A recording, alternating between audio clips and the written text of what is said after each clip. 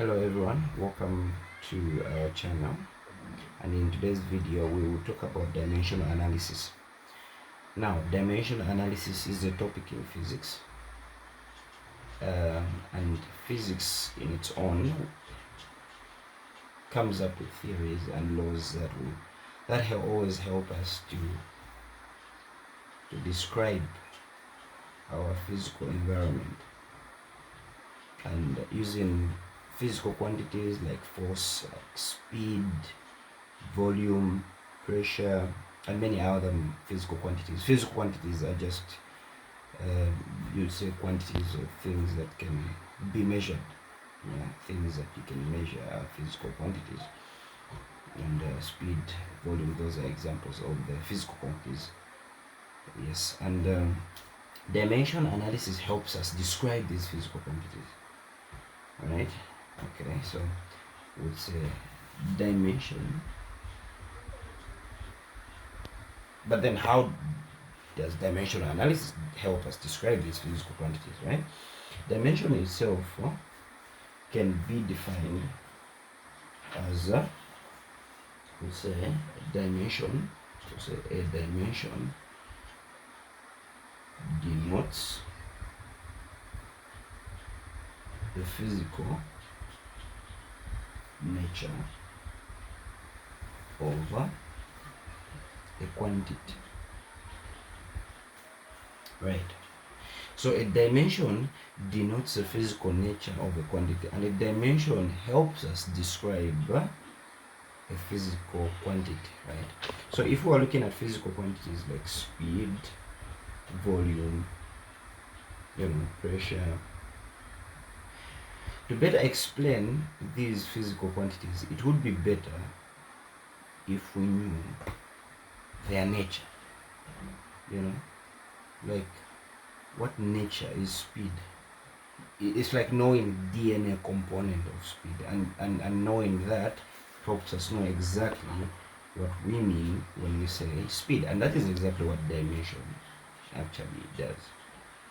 So dimension analysis is basically trying to figure out DNA component of this physical nature, of these physical natures that are there, right? Yeah, so we have force, right? Force and many more other physical quantities, right? We have three main dimensions. We have length, time, mass. Length is denoted by capital letter L. Mass is denoted by capital letter M. Time is denoted by capital letter T. Alright. So, an example. Force was what form? Mass times acceleration. Mass times acceleration. Now we know the standard units of mass is what? Kg, right? Mass. A standard unit. A standard unit is not its dimension, but you'd figure it out. You'd know from its standard unit what dimension it would probably lie, right? So mass is kg, acceleration is meters per second squared. All right, so we have an example. Force is equal to mass times acceleration. Mass is in kg, acceleration is in meters per second squared. Now these are standard units, alright? But dimensionally speaking, we've said mass is denoted dimensionally using a capital letter M. But then when you are trying to prove dimensions, you have to, the physical quantity in question should be placed in brackets. We have a force, right? So we say capital small letter F. You close it like that. Is equal to mass, dimensionally can be denoted as capital letter M, multiplied by acceleration, right? Acceleration is meters per second square. Now this is the same thing as writing meters over second square, right? Meters is distance, right? Meters is a standard unit for distance displacement, and distance displacement has what kind of nature? What nature is distance or displacement? Length, right? Because distance is how long between 2 points, right? What is the distance between 2 points? What is the length between two successive points? And so its dimension is length. And so meters has what dimension? L, right, over S is seconds, and a standard unit for what? For time. And as a dimension, time is denoted by capital letter T. So we have T squared, right? So literally you have M times L over T squared is equal to small letter f enclosed in brackets. Now this is dimension for force.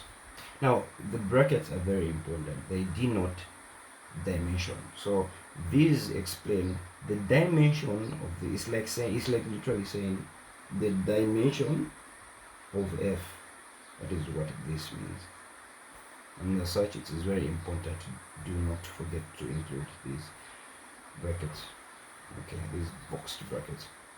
Alright, so we'll look at a few other examples and see exactly what we are talking about. Right, okay, so we'll start by looking at example number 1.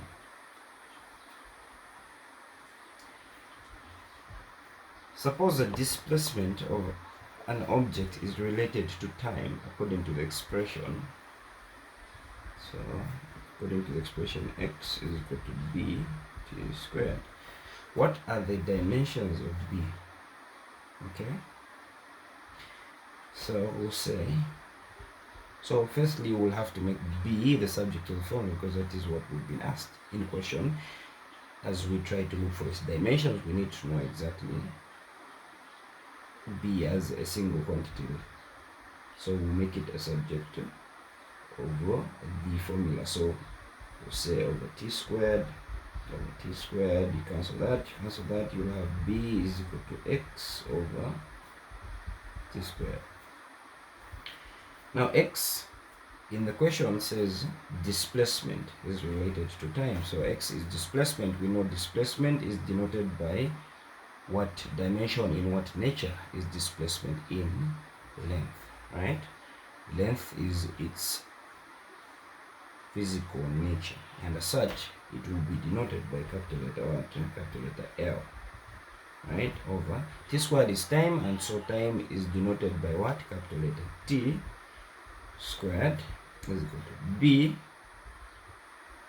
You are going to include those to denote dimensions, right? So that answers our first question. Okay, all right, so look at the next question.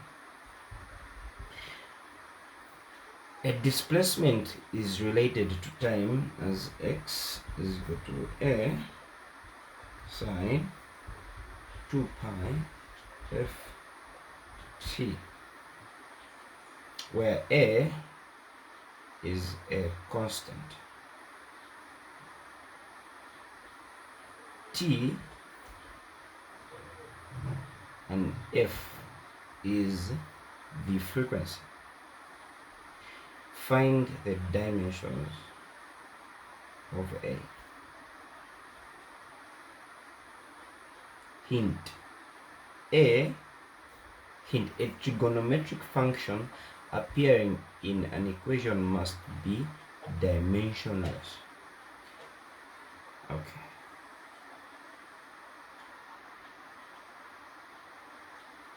What does that mean? It means what trigonometric function is appearing in the equation? This is a trigonometric function, is it not?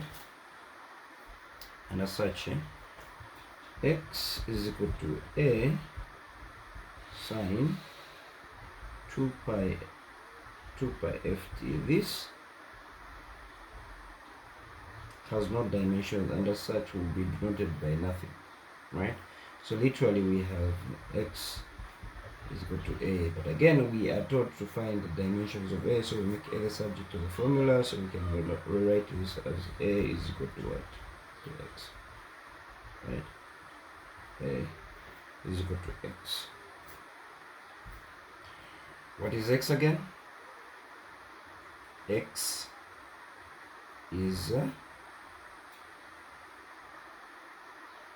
displacement,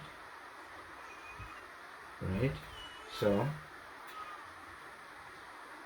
x as displacement will be denoted by what? Dimension, length, because its nature is length, right? So a is equal to x, a is equal to l, alright? But then the question says a is a constant. Constants do not have dimensions, right? So constants, you should note this thing, constants do not have dimensions.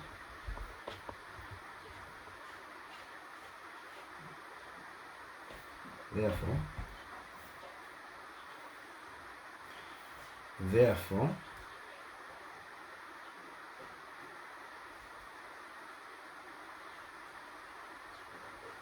a has no dimension.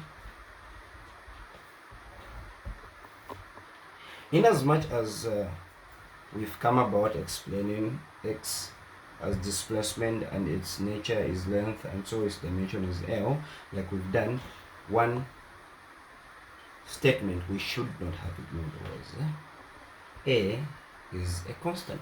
And that's about physics and literally any question that comes in the exam. You have to be particular with the words that have been used in the question, because many other times when you think you know stuff, which is true, but then they just want to play with your mind. Because having known all this stuff, you literally just go on and find the dimensions there and just go right into it. But then that was a very important statement. A is a constant and constants do not have dimensions, and so A has no dimension. Right? Okay. Let's get to a different question. We have the next question. Says a shape that covers an area A and has a uniform height, has a volume V is equal to AH. Show that V is equal to AH is dimensionally correct. Now, when proving if a dimension is correct, it follows a similar rule as one in algebra, right? Now, in algebra, x plus y cannot be added because these are two different variables. Just like in dimensions, you cannot add length and time because they are two different dimensions. With such rules in combination and such rules being so common, dimensions does follow algebra rules, and as such, show that V is equal to AH. Algebraically speaking, when you have an equal sign, it means what is on one end should be equal to what is on the other end. And dimensionally speaking, when you find the dimensions of one side equal to the dimensions on the other side, it means it is dimensionally correct. Right? Okay, so let's prove it. So volume itself has what type of standard unit? Meters cubed, right? Length, distance, length has got a standard unit, in which you can denote what length category you're using, right? You have meters as a standard unit for length, then you have seconds as a standard unit for time, then you have kilograms as a standard unit for mass. Volume has got meters cube, and area, so we have meters cubed, which is equal to area, which is meters squared, times height, which is just meters, right? So by standard units, you have meters, right? Meters is a standard unit for what? For length. And so dimensionally speaking, volume can be written as L times L times L, as is meters times meters times meters, right? Meters times meters times meters, but these are standard units. Now standard units are not dimensions, right? So dimensionally speaking, length should be denoted by what? Capital letter L, not a standard unit M. Okay, so L is volume. So we have L is equal to area, which is meters squared, having L times height, which is meters, whose dimension is L. We'll have L cubed is equal to L cubed. Do they look the same? Yes, they do. This is L cubed is equal to L cubed, which means proven as dimensionally correct. Okay. Let's look at the last example.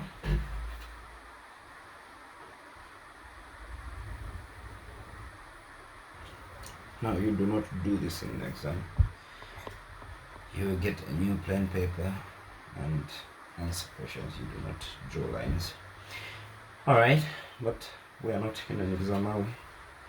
Show that the volumes of a cylinder and a rectangular box can be written in the form V is equal to H. Alright, so what are we showing? We are showing that the volume of a cylinder can be written, or rather can be equal to volume AH, right?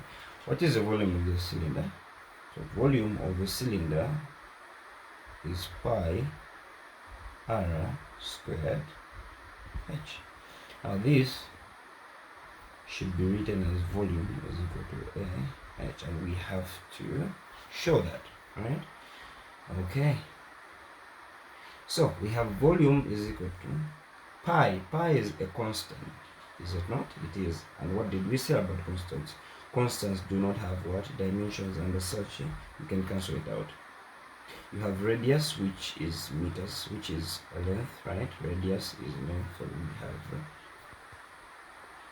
length, and so it's, standard. Its standard dimension is what? Capital letter L squared multiplied by, so multiplied by can be, multiplication sign can also be a dot, right? So height is what? Length, dimension L. Okay, we want this to look like that, right? Identifying A in each case. What is A in this formula right about now? So let's try to write this other formula and see dimension is speed and height is L.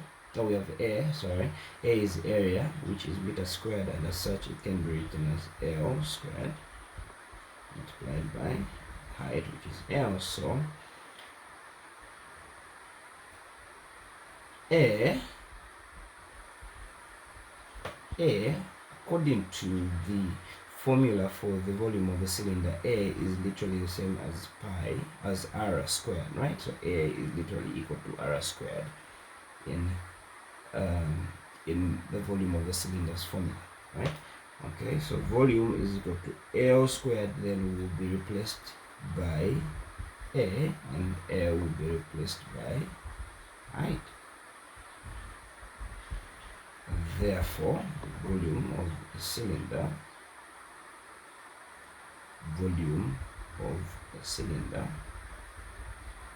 is equal to what? AH.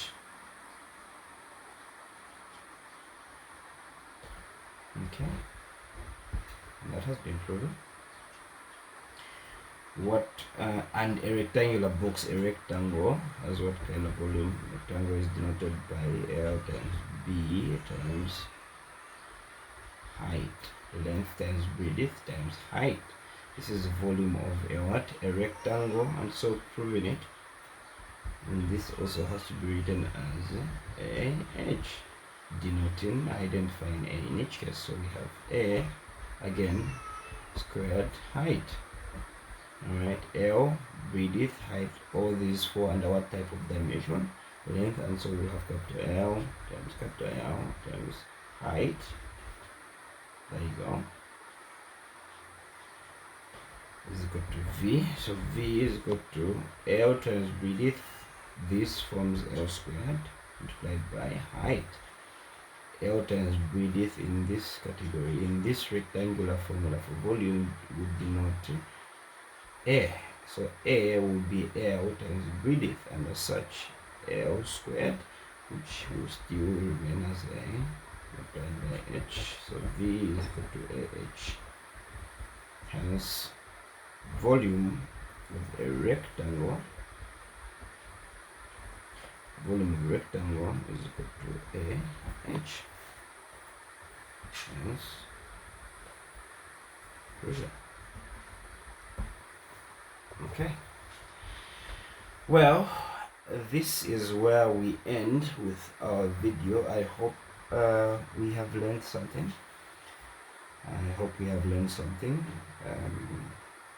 Yes, basically it. So just a quick review. We've talked about dimension analysis, what a dimension is, physical nature, right? Explaining a physical quantity. Okay, what next? We've also learned that dimension analysis helps us verify formulas, right? And we have also learned that constants do not have dimensions. And what else have we learned? And we have learned that it follows an algebraic kind of rule where dimensionally correct can be denoted by knowing if the dimensions on one end match the dimensions on the other end. Okay, and we've learned of the three main dimensions: length, mass, and time, which can